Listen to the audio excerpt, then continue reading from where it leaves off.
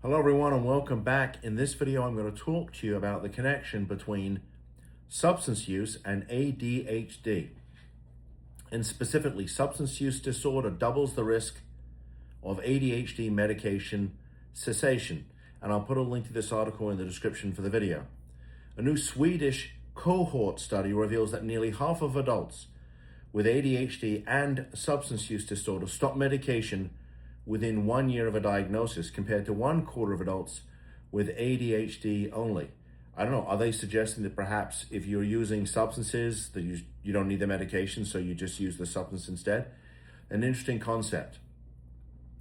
Adults with ADHD and a coexisting substance use disorder are nearly twice as likely to discontinue treatment with medication compared to their peers with ADHD only, according to a new study published in BMJ Mental Health. The Swedish cohort study found that almost half, 44% of adults with ADHD and substance use disorder stopped medication within 1 year of diagnosis or first substance use disorder related event, compared to 25% in the ADHD only group. Though many patients eventually resume treatment, those with ADHD and SUD, a substance use disorder, did so at a much lower rate.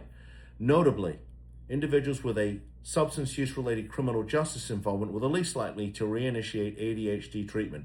So it sounds to me like if you end up in jail, you're probably going to stop taking your meds. The issue is, do you even have access to the meds? ADHD is often overlooked in prison populations and seldom treated appropriately. Well, I guess that answers that question. And having, represented some clients who were in custody, I can tell you, it's a problem, okay, just getting basic health care.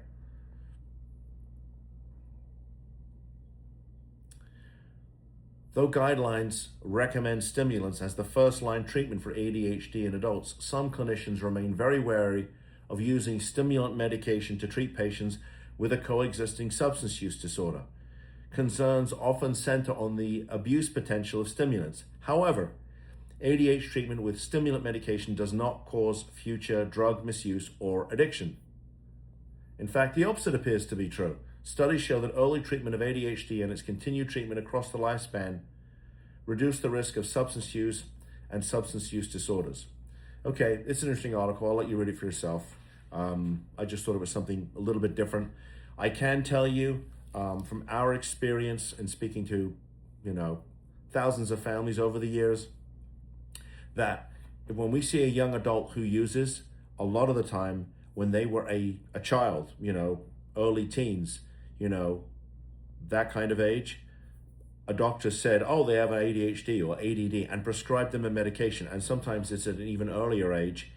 And I'm just a guy sitting in an office in Boca, but I'm telling you, I'm seeing, it appears to be a connection between a child, a minor, who had their brain stimulated by some type of medication and later substance use.